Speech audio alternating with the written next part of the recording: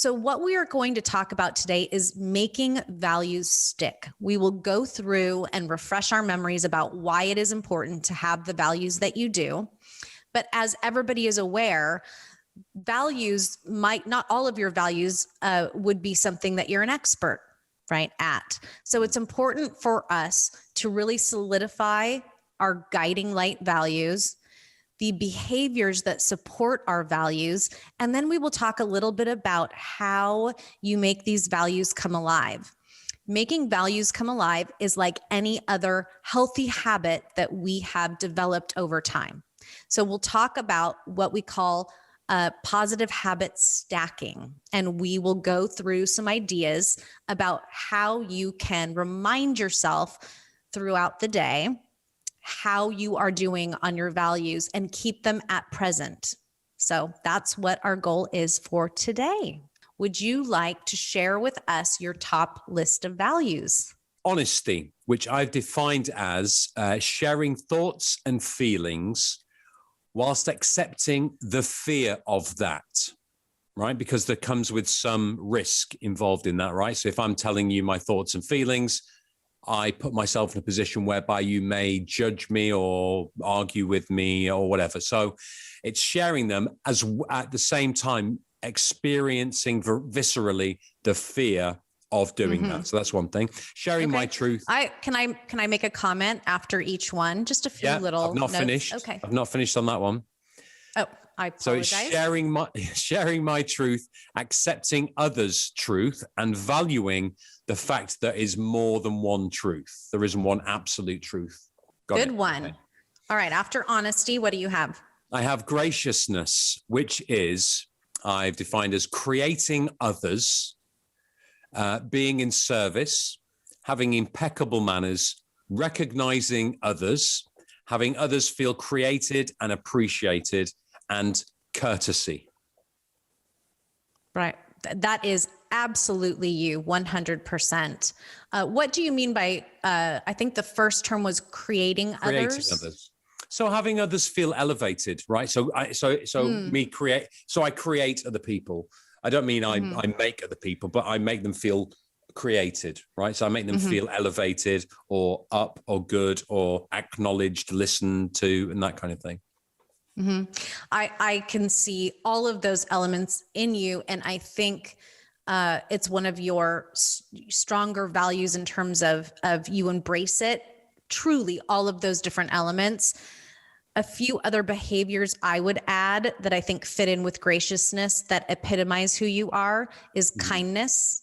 You're an incredibly kind person and welcoming.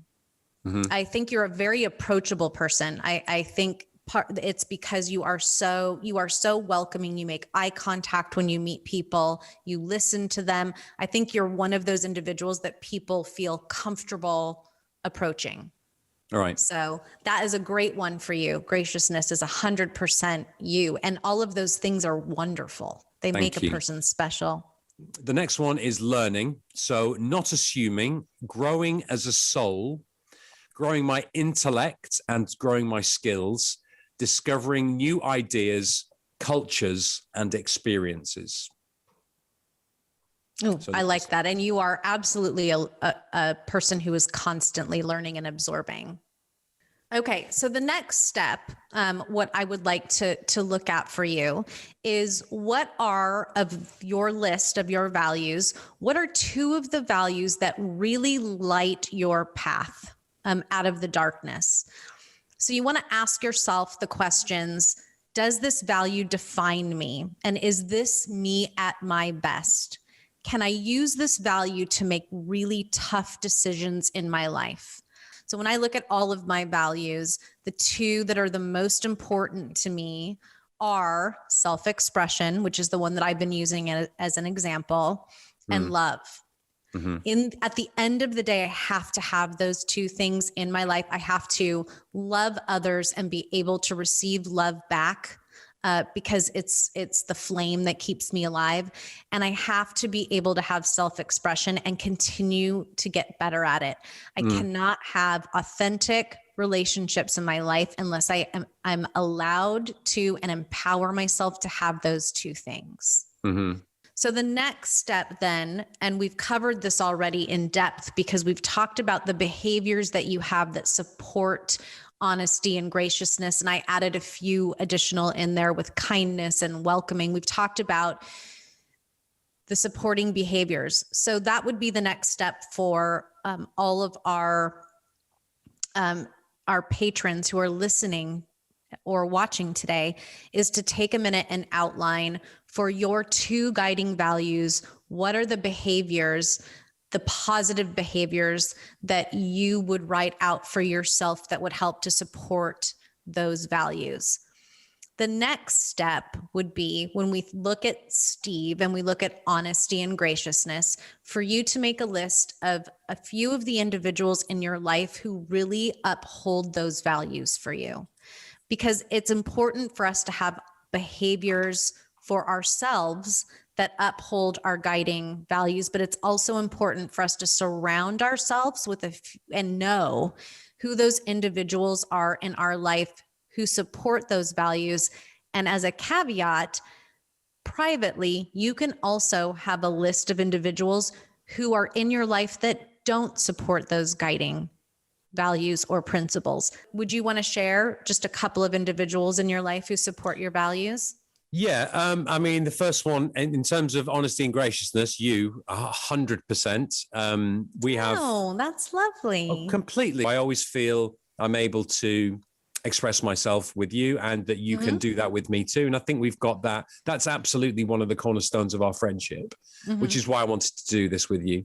My friend Charlie, who's one of my oldest, dearest friends, who I still speak to after I've known him for over 30 years now. Wow. That's really unique. I struggle to think. In fact, I don't think I can think of one. I don't think that I don't have a good friend that I've known for that long. Yeah. So I've known Charlie since I was 19, 20. Yeah. And wow. We've been through quite a bit together. And he remains one of my absolute dearest. I know he'd take a bullet for me. So the next stage then is thinking about the behaviors, and this is deeply personal, so just share what you're comfortable with. But the next stage, after everybody has defined your top 2 core values, you have behaviors that enforce those values that you want to see in yourself, and you've taken a look at the individuals in your life who support and uphold your values and those that might threaten it, is to now turn the torch inward and ask yourself about behaviors in your life that you have, not all the time, but sometimes, when we fall into a stuck situation, when we start to feel that we're off of our path. What are some behaviors that we see in ourselves that are sort of like a warning flag? Like, when I see this behavior, I can tell that I'm starting to get off track.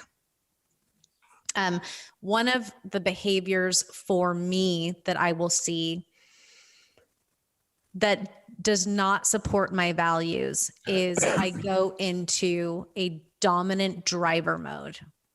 And several different things can send me there.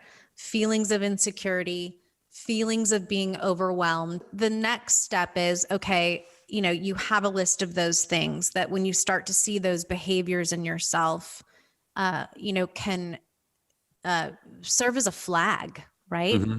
That you're moving away from what your values are. And so the next step would be, again, whether it's revisiting the positive behaviors that support your values or a way to pull yourself out of the loop. What are those things? It could be a grounding activity. It could be an opposite behavior, but you want to have a little list that helps bring you back into balance. Mm-hmm. And I think a lot of that groundedness for me comes from being in service, which is is absolutely just doing something kind for someone else is, for me, an incredibly powerful release for a lot of ills, whatever frustrations I'm feeling or insecurities or doubts or challenges that I might have. I go, do you know what? The best thing to do right now is to be in service to someone, right? I go out of my way to do something, whether that's, the volunteering or just ringing, calling someone or whatever it might be, or going out and physically going out and helping someone look for an opportunity to have one's attention outside of oneself and go into service. It's a very powerful place to be in. The next step is, how are we going to create a situation so that when we get back together again, whether it's next weekend for the live stream, which I hope everybody can attend, but it is, how do you keep something like this in your busy everyday life present so that you can set a reminder to look? In closing, before we get to dessert, I thought that I would go over a couple of things to remind us of as we are going through this new way of living by our values. So here it goes. So I want to remind everybody that there is no magic bullet. We don't put our values together and then the next week start living all of our values to the fullest. This is a process. It is not a destination. We will succeed at living our values, and we will also fail. I think that Western civilization often looks for the quick fix. Doing the work is not a quick fix. And I want to remind everybody of this, to be kind to yourself. You will have aha moments in this experience, and they will feel really great. Steve and I are encouraging you to cherish and celebrate those moments, because you will also have moments where you keep failing.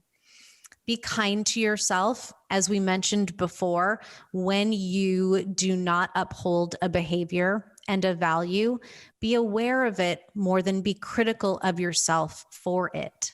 And reset your intentions with your positive daily routine that we talked about.